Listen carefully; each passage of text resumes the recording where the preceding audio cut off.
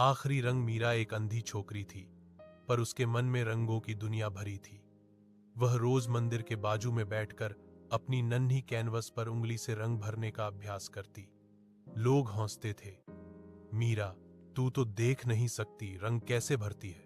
मीरा हल्की मुस्कान के साथ कहती है, हूँ रंग नथी देखती पण एप्स महसूस करूं छूं।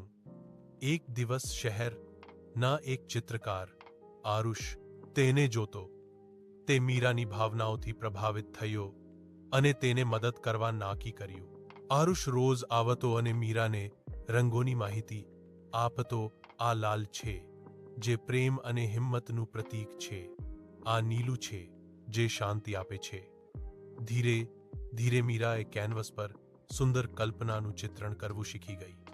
એક વર્ષ પછી આરુષ એ મીરાની પેઇન્ટિંગ્સની प्रदर्शनी राखी. लोग आश्चर्यचकित थे. एक अंधा कलाकार मीरा की एक पेंटिंग के नीचे लिखा था, रंग देखने के लिए आंखें चाहिए पर रंग समझने के लिए दिल चाहिए. थोड़े समय बाद मीरा की आंख का ऑपरेशन आरुष की मदद से सफल हुआ. जब पहली बार रंग जोवा लगी ते कहयू, હું આ દુનિયાને પેલાથી જો ઓળખું છું, આ તો બસ મારા રંગોને પોતાની જગહ મિલી છે. આરુષ મુસ્કુરાયો. તું જ તો અસલી કલાકાર છે મીરા. હું તો કેવલ તેરે રંગોનો દૂતાર હતો. કેનવસ પર દોનો એ મિલીને એક નવો રંગ ભર્યો જિંદગી.